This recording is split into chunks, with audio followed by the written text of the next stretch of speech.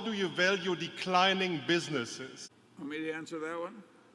They're not worth nearly as much as growing businesses.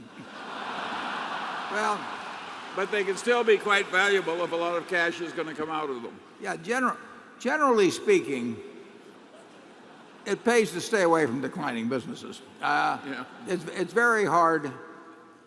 You'd be amazed at the offerings of businesses we get where they say, you know, I'm going to upset Charlie, but they say, you know, it's only 6 times EBITDA. And then they project some future that doesn't have any meaning whatsoever. If you really think a business is declining, most of the time you should avoid it. Now, we are in several declining businesses. You know, the newspaper business is a declining business. We will pay a price in that business. We do think we understand it pretty well.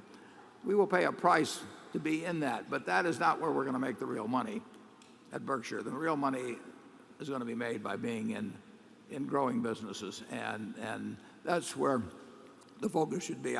I would never spend a lot of time trying to value a declining business and think, you know, I'm going to get one free. It's what I call the cigar butt approach, where you get one free puff out of the cigar butt that you find. It just isn't the same amount of energy and intelligence brought to other types of businesses is just going to work out better. And so our general reaction, unless there's some special case, is to avoid new ones. We're playing out certain declining businesses by their nature. But, you know, we started with declining businesses. We started with textiles in New England, and we tried U.S.-made shoes, and we've Department store in Baltimore. Department store in Baltimore, Howard and Lexington Trading Street. stamp company. We're a specialist in that. Yeah, we have one business.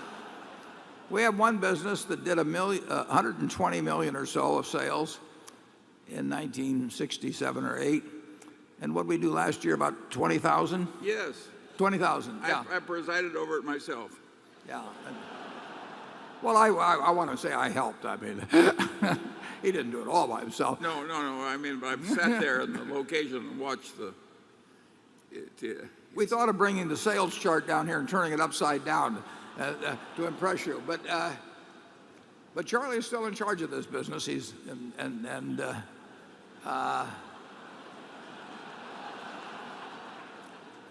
I can't get him to sell it, but make me an offer.